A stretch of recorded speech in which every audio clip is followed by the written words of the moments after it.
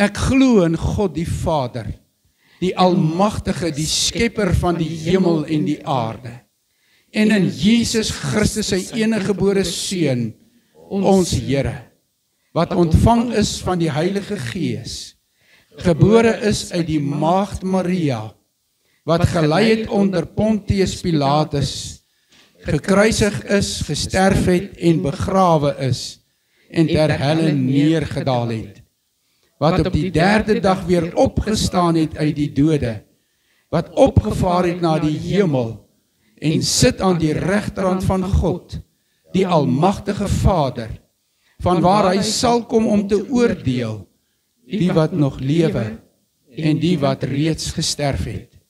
Ek glo in die Heilige Gees. Ek glo aan 'n heilige, algemene Christelike kerk, die gemeenskap van die heiliges, die vergewing van sondes, die opstanding van die vlees, en 'n ewige lewe.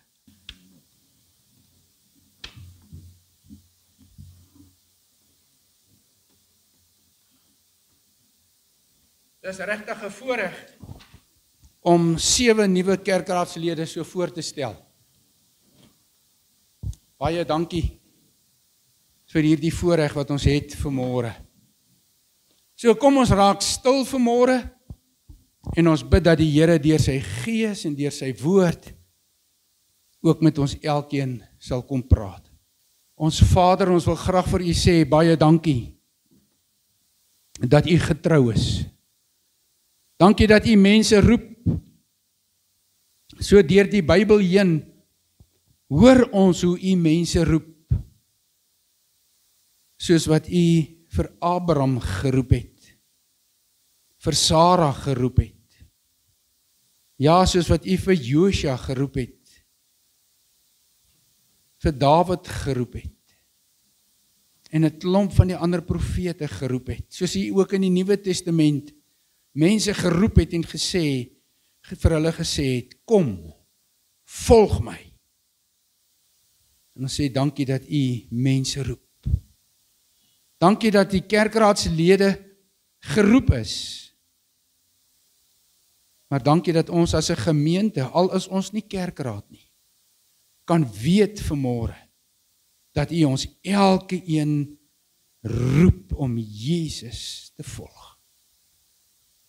Ons gebed is dat U in die Here Jesus vanmôre U woorde vir ons sal oopbreek. En dat ons hierdie woorde van die Here Jesus sal beleef en sal ervaar. Dankie dat U deur die Heilige Gees ons oorneem.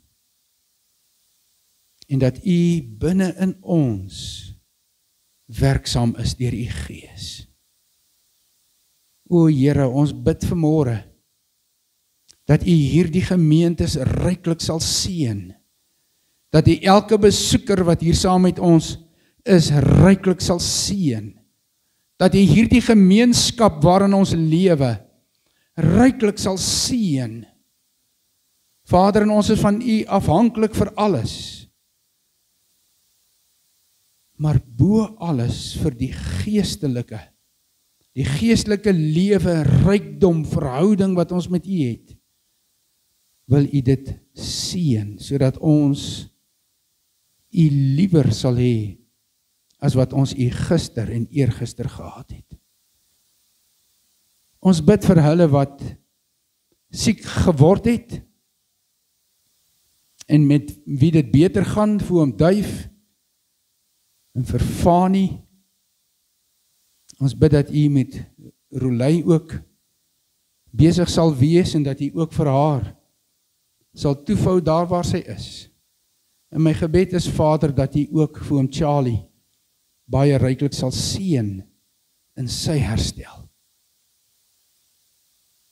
Vader, ons sit hier voor U, en U ken ons elke een. U weet van elke een wat vanmôre ergens 'n pyn het, 'n skeet het, 'n ding het wat vir hulle pla, rondom gesondheid, rondom ander nood, rondom hulle geestelike.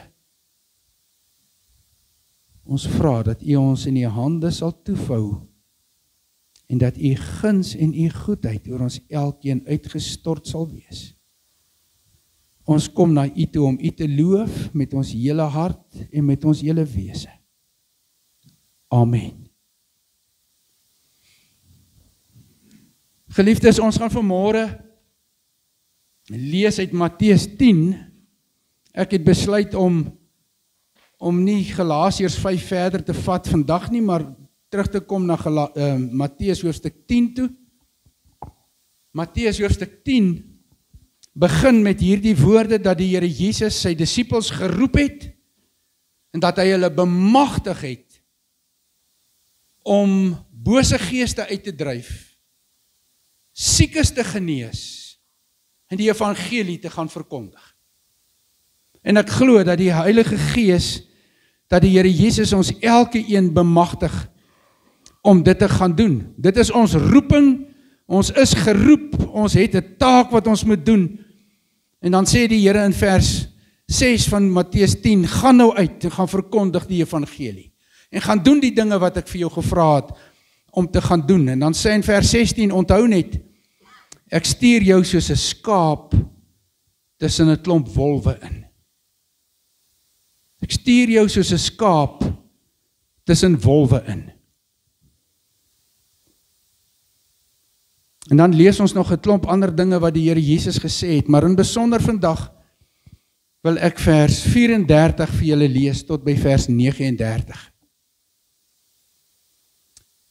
Moenie dink dat ek gekom het om vrede op die aarde te bring nie. Ek het nie gekom om vrede te bring nie, maar die swaard. Ek het gekom om tweedrag te bring tussen 'n man en sy vader, tussen 'n dogter en haar moeder, tussen 'n skoondogter en haar skoonmoeder. Ja, 'n man se huismense sal sy vyande wees. Hy wat sy vader of moeder liewer het as vir my, is nie werd om aan my te behoort nie. Hy wat sy seun of dogter liewer het as vir my, is nie werd om aan my te behoort nie. Hy wat nie sy kruis opneem en my volg nie, is nie werd om aan my te behoort nie. Hy wat sy lewe wil behou, sal dit verloor. En hy wat sy lewe ter wille van my verloor, sal dit vind. Ek wil net hierdie paar verse so saam met julle lees, geliefdes.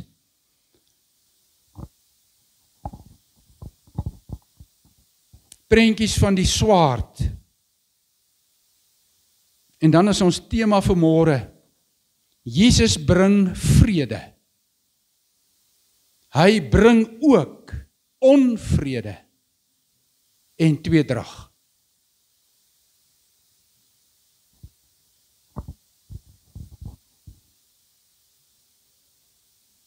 Ek het reeds vir julle gesê dat die Here Jesus mense roep. Hy bemagtig, hy bekragtig. Hy kom deur sy woord en deur sy gees om vir ons toe te rus. Hy bring vir ons by 'n plek waar ons hoor dat hy vir ons sê, gaan verkondig die evangelie. Ja, dit is die kerkraad se opdrag, maar dis ons elkeen as 'n gemeentelid se opdrag om die evangelie te verkondig. En daarom wil ek vir julle sê, hierdie tema sê, Jesus bring vrede. En julle mag met julle hele wese en met julle hele hart vashou aan hierdie vrede wat die Here Jesus vir julle bring. En vir ons elkeen gebring het. Want ons hoor hierdie boodskap uit die woord, wanneer die engele by die geboorte van die Here Jesus sing, ere aan God in die hoogste hemele en vrede op aarde. En dan word dit begrens. Vrede op aarde vir wie hy, in wie hy 'n welbehae het. Sien, ergens in die woord sê die Here, vir ons baie duidelik, vrede laat ek vir julle na. Ons het so 'n tydjie terug daaroor oor die vrede gepraat. Daar word vir ons geskryf in Romeine, hoofstuk 5, dat ons met God versoen is, en daarom het ons vrede met die Here. Ons sing dit, ons het vanmôre daarvan gesing, maar ons sing dit byvoorbeeld in hierdie lied, Herders op die ope velde, dan sing ons daarvan, dan sê ons, ere in die hoogste hemel, klink dit nou die wêreld deur, liefde, vrede, welbehae, daal in Jesus tot ons neer. Sing onder mekaar 25 sê, Jesus bring vrede, hemelse vrede. Al ons skuld het hy versoen, nie meer verlore, maar ons is nou wedergebore. So geliefdes, ek wil hê julle moet as kerkraad en as gemeente dit verseker wees, dat Jesus vrede bring, vrede tussen ons en God, en as sy kinders, maak hy ons ook vredevennote. Ons het op 'n stadium so tydjie terug met mekaar daaroor gepraat, en daarom wil ek dit nie graag baie verder uitbrei nie. Maar wat vanmôre vir ons in hierdie gedeelte baie duidelik is dat Jesus se koms bring ook diepe onvrede. Ek dink dit is die volheid van God se boodskap, en ons het verantwoordelikheid om dit vir mekaar te gee. Jesus bring vrede. Aan die ander kant, Jesus bring diep onvrede. Want hy sê dit vir ons hier in sy woord, ons het dit saam gelees. Hy sê, moenie dink dat ek gekom het om vrede op aarde te bring nie. Ek het nie gekom om vrede te bring nie. En ek en jy moet dit in ons harte bære, want hy stuur ons om in hierdie wêreld om die evangelie te gaan verkondig. Hy sê vir ons, hy rus ons toe, hy gee vir ons die krag van die Gees, hy gee vir ons mag om die evangelie te leef en te demonstreer. So staan hierdie eerste gedeelte dit vir ons baie duidelik.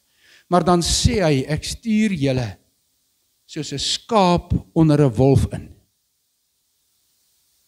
En julle weet wat doen wolwe met skape. Ek hoop julle weet. Hulle verskeur.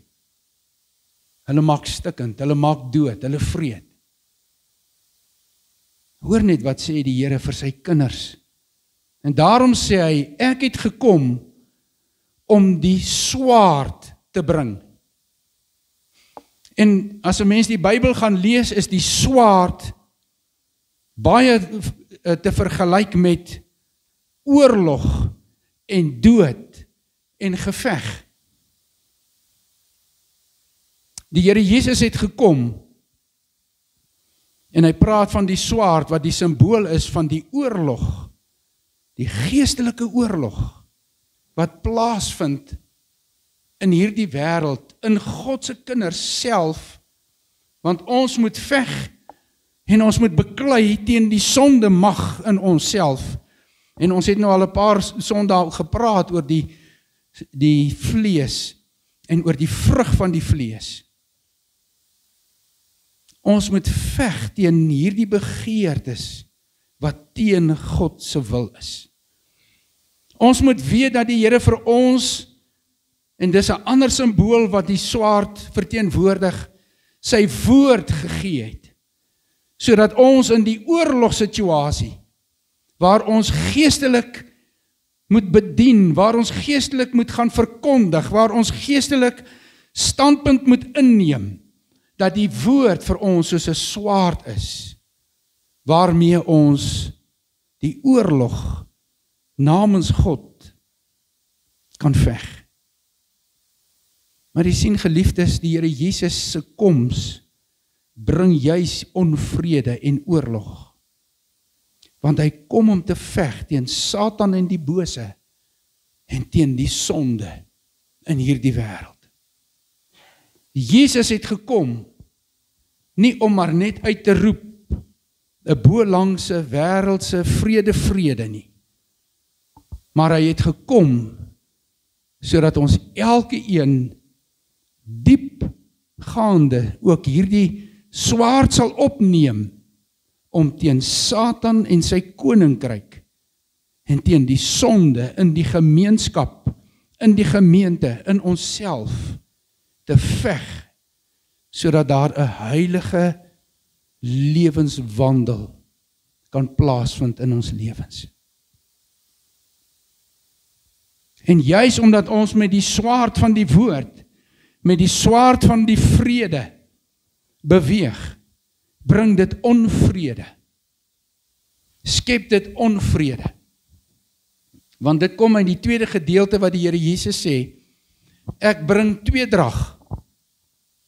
En die tweedrag vind plaas wanneer ek en jy ons lewens aan die Here oorgee, wanneer ons tot wedergeboorte kom en wanneer ons in Jesus se voetspore begin loop, dan bring dit tweedrag, vyandskap, onvrede. Ja, selfs in die intiemste verhoudinge, tussen 'n man en 'n vrou, 'n seun en sy pa, 'n dogter en haar ma, tussen familie en skoonfamilie. So geliefdes, die woord is vir ons baie duidelik vanmôre. Wanneer die Here vir ons sê, ek roep jou, ek bemagtig jou, ek stuur jou,